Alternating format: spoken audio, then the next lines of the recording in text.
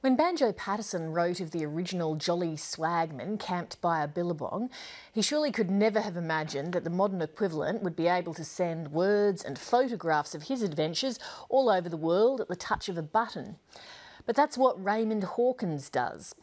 The road is his only home, with his dingo cross cattle dog Tommy as his companion.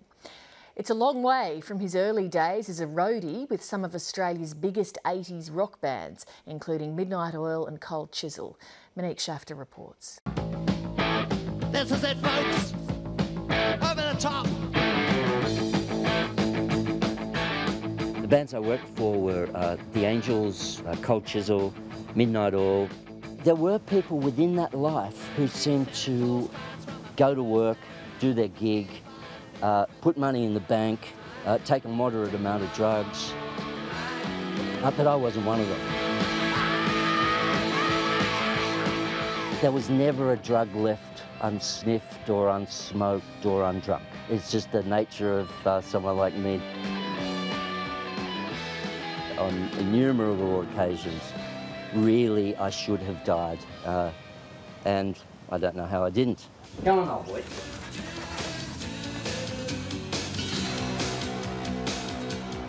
I got out of addiction by completely destroying myself. It's not glamorous after touring the world with rock and roll bands to say that I got out of addiction by calling my mother and saying help. Let's go. Let's go. Come on. After rehab, I didn't really feel that I wanted to just become safe and normal. I very much felt that I wanted to keep going into the edge of things. Up, come on, let's go, come on, let's go. Each weekend I started walking, and I walked in the Blue Mountains, I walked in incredibly remote places where I would go alone, till finally I determined to walk along the Great Dividing Range from Melbourne to Sydney, and I just fell in love with it.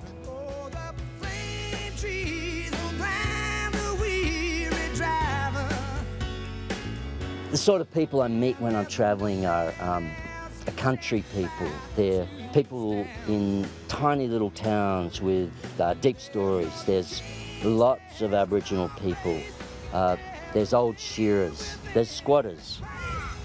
I think there's a real rich core of fascinating character still left in Australia.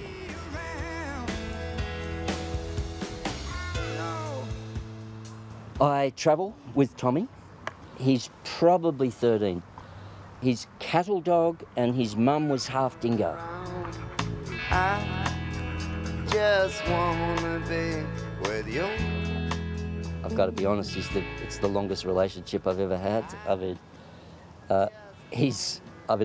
slept with him, I've cuddled him in rain, I certainly care for him. You know, it's not with any pride, but I probably care for him better than I've cared for anyone. I'm good at loving him, I think. I'm very good at it. He's good at being my dog. I just wanna be with you. We're just about to travel all around Australia. We're about to spend a whole year just going from little town to little town. I write, I take photographs.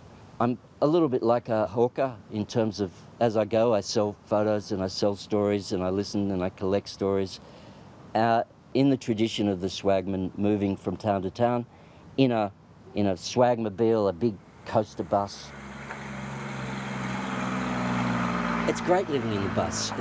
I designed all this so that after I get up in the morning, I take photos, and I can disappear into here during the day and at night and work and spread out and do all my photos and write blogs and talk to people all over the world. So there's my website, and then there's Facebook where we post daily. Tommy does the daily Woofington Post just to keep everyone on their toes. Work it, yep, perfect, give the mouth. Yeah, smile, they love it. In just over 12 months, I've got about 12,000 people following this journey. Most of them, Tom would argue, are following him.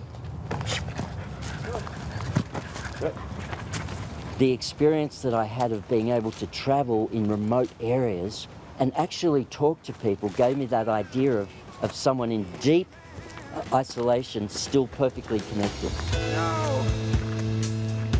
Who needs that sentimental bullshit anyway? Let's go, come on. I love being alone.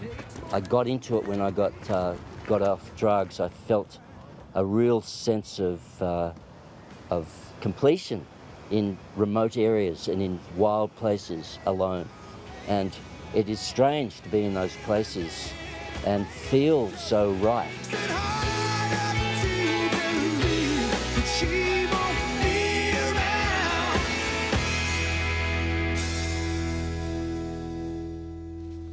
Story produced by Monique Shafter.